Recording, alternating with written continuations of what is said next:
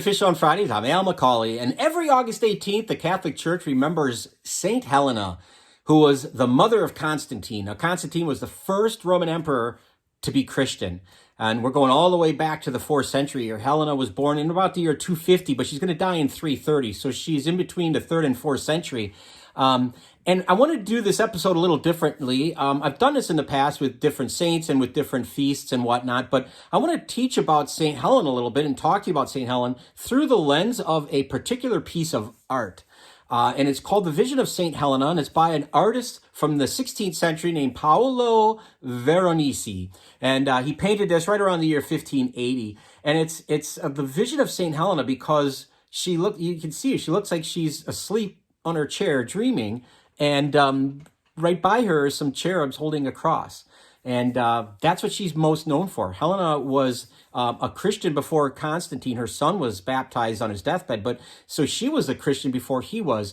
And it's said that she had a dream, and in the dream she was told about where the location of the cross on which Jesus was crucified could be found. Now, Helena wanted to make, for most of her life, a pilgrimage to the Holy Lands, to the places where Jesus lived. And when her son became emperor, she was able to do this. And so she went down to the Holy Lands, and it's at this time where she has this vision, and she's able to locate, it's said, and unearth not one, but all 3 crosses, because of course Jesus was crucified with 2 people on either side. And so the question they had to ask themselves is, which one is the cross that Jesus was crucified on? And so what Helena did was she ordered a sick woman from a nearby village to be brought out on a stretcher. And she was asked to touch each of the crosses. And she touched the first 2 and nothing happened. And when she touched the 3rd, she was immediately healed. And so it was reasoned at that point that that was the true cross of Christ. Now, what's interesting about this is it'd be easy for us to say, well, come on, let's be skeptical about this because the Romans were crucifying a lot of people. And, how do you know those are the 3? Miracle of this healing notwithstanding. What Helena did was she was also, I would say, a bit of a skeptic, or at least someone who wanted to have the answers herself, legitimate answers. And so what she did was she had interviewed as many people as she could, and obviously she had other people do this for her, but they interviewed locals, and they went to the older people, and they said, for generations, where have you reckoned the place of Jesus' crucifixion? Where was Jesus born? And time after time in these interviews, in these questions that they would ask, they kept getting the same answers. And so they believed that through these question and answers, they believed that they had found, if not the exact spot, darn near the spot where Jesus, for instance, was born in Bethlehem, or where he was crucified in Jerusalem. And it's on those sites that certain churches or basilicas were built. And I've said this in other episodes. My wife and I had a great good fortune of going to Israel on pilgrimage, and we spent quite a few days in country, and we got to go to both these 2 wonderful churches, the Church of the Nativity, where Jesus was born, and we got to venerate the spot that tradition tells us where he would have been born.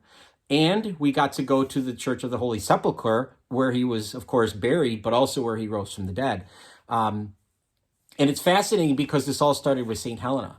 When you see pictures of her, images of her iconography, she's always depicted in her fine regalia. Usually she'll have a crown on, or maybe some other bling or some nice clothing, because she, again, was the mother of the emperor. But you'll also see her either holding or standing next to a cross, or in the case of Veronese's painting, she's got this cross right there that she's having this vision, this dream of, where to find the cross. So that's how Helena is usually portrayed. And I think about this story, and there's not a whole lot more we really know about Helena, but her contribution to Christianity can't go unnoticed because she's the one who put on the map, if you will, these locations for generations, literally hundreds and hundreds of years of pilgrims who've gone to the Holy Lands to visit these sites.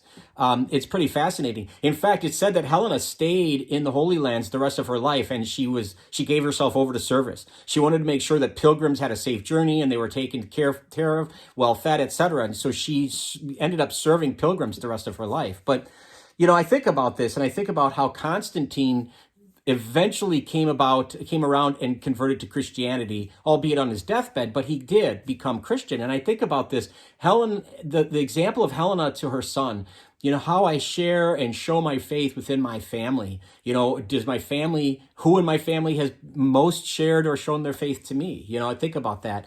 I think in this painting, what's fascinating is you'll notice that Helena's kind of leaning on the cross.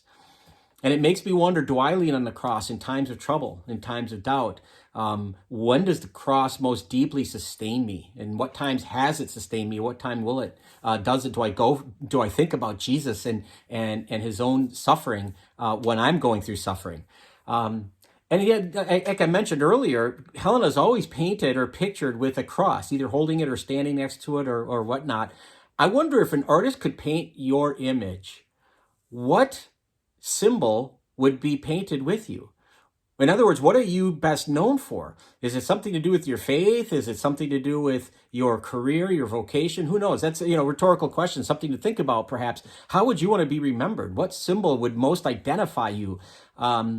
And if it's not your faith, should it be? Maybe that's something, again, you want to think about. But anyway, St. Helena, great person to get to know, wonderful painting to look at and really admire and learn from. So I hope this has been helpful. We'd love it if you would subscribe to keep watching, actually. We'd love it if you keep watching every Friday.